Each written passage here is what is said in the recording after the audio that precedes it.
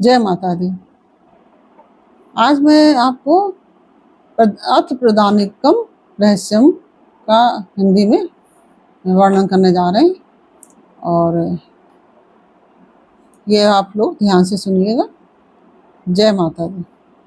ओम सप्तशती के इन तीनों रहस्यों के नारायण ऋषि, अनुष्टुप छंद तथा महाकाली, महालक्ष्मी एवं महासरस्वती देवता हैं। तंत्रोक्त फल की प्राप्ति के लिए जप में इनका विनियोग होता है। राजा बोले, भगवान आपने चंडिका के अवतारों की कथा मुझसे कही। ब्राह्मण, अब इन अवतारों की प्रधान प्रकृति का निरूपण कीजिए। द्विजश्रेष्ठ, मैं आपके चरणों में पड़ा हूँ। मुझे देवी के जिस स्वरूप की और जिस विधि से आराधना करनी है वह सब यथार्थ रूप से बतलाइए। ऋषि कहते हैं, राजन, यह रहस्य परम गोपनीय है। इसे किसी से कहने योग्य नहीं बताया गया है, किंतु तुम मेरे भक्त हो, इसलिए तुमसे ना कहने योग्य मेरे पास कुछ भी नहीं है। त्रिगुणमयी परमेश्वरी महालक्ष्मी ही सबका आदि कारण है। वे ही दृश्य और अदृश्य रूप से संपूर्ण विश्व को व्याप्त करके स्थित हैं। राजन, वे अपनी चार भुजाओं में मातुलुंग यानी कि बिचौरे का फल, मातुलुंग बोलते हैं बिचौरे के फल को, गदा, खेट, ढाल एवं पान पात्र और मस्तक पर नाग, लिंग तथा योनि इन वस्तुओं को धारण करती हैं। तपाए हुए सुवर्ण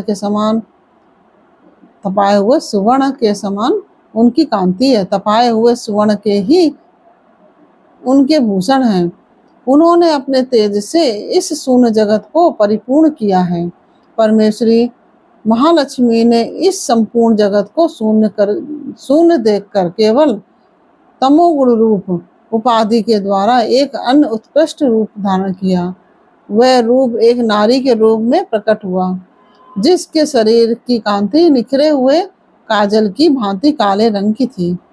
उसका श्रेष्ठ मुख दाढ़ों से सुशोभित था, नेत्र बड़े बड़े और कमर पतली थी। उसकी चार भुजाएं ढाल, तलवार, प्याले और कटे हुए मस्तक से सुशोभित थी। वह वक्षस्थल पर कबंध यानी कि कबंध धड़ को बोलते हैं, कबंध की तथा मस्तक पर मुंडों की माला धारण किए हुए थी। इस प्रकार प्रकट हुई स्त्रियों में श्रेष्ठ तामसी देवी ने महालक्ष्मी से कहा, माता जी, आपको नमस्कार है, मुझे मेरा नाम और कर्म बताइए। तब महालक्ष्मी ने स्त्रियों में श्रेष्ठ उस तामसी देवी से कहा, मैं तुम्हें नाम प्रदान करती हूँ, जो तुम्हारे जो कर्म है उनको भी बतलाती हूँ। महामाया, महाकाली, महामारी, क्षुधा, तृष्णा, निद्रा, तृष्णा,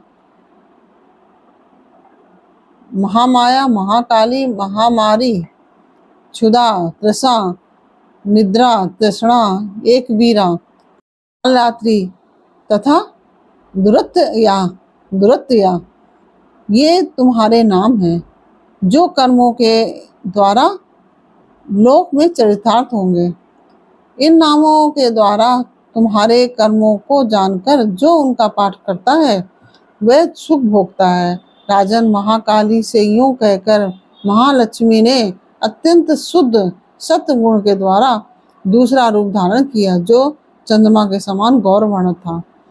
वह श्रेष्ठ नारी अपने हाथों में अक्षमाला, अंकुश, वीणा और पुस्तक धारण किए हुए थी।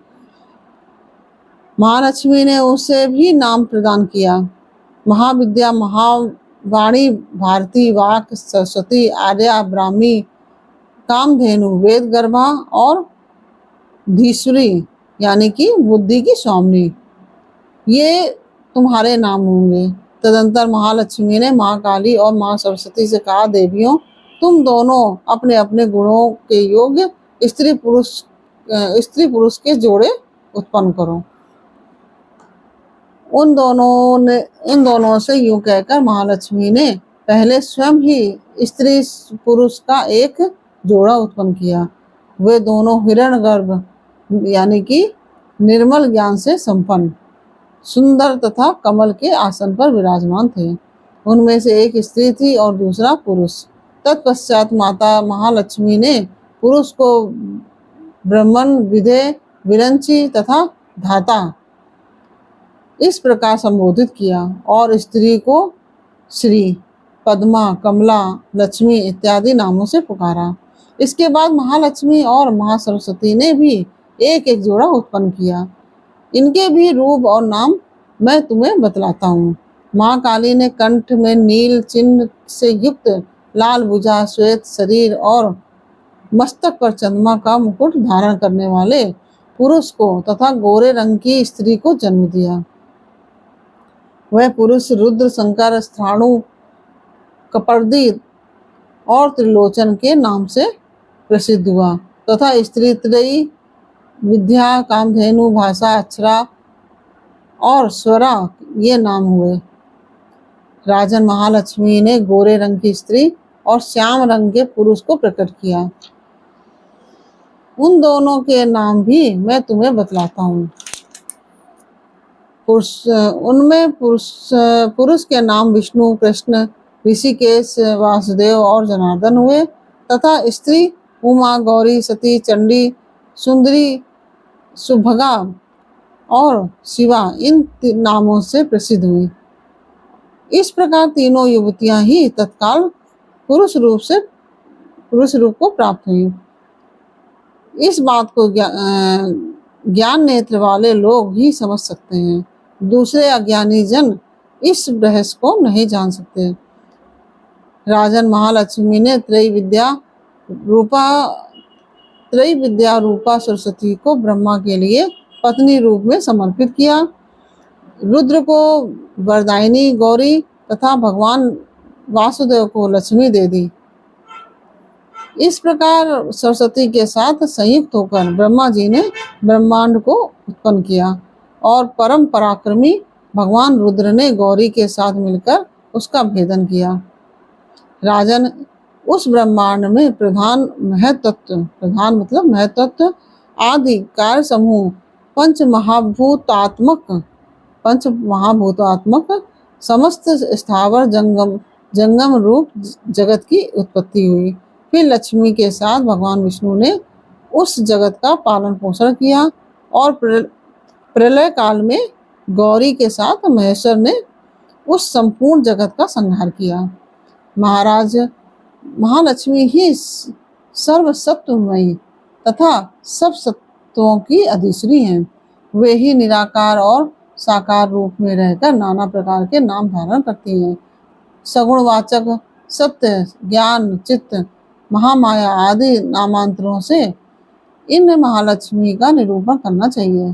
केवल एक नाम महालक्ष्मी मात्र से अथवा अन्य प्रत्यक्ष आदि प्रमाण से उनका वर्णन नहीं हो सकता।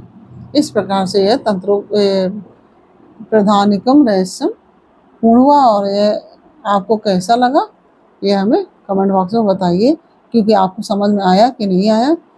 और जय माता दी अवश्य लिखिए, सभी को लिखना है। जितने लोग भी यह सुन रहे हैं वो सभी को जय माता दी अवश्य लिखना है। अगर आप लोग माता के भक्त हैं तो अवश्य लिखना चाहिए आप लोगों को। फिर मिलते हैं आपसे अगले वीडियो में। जय माता दी।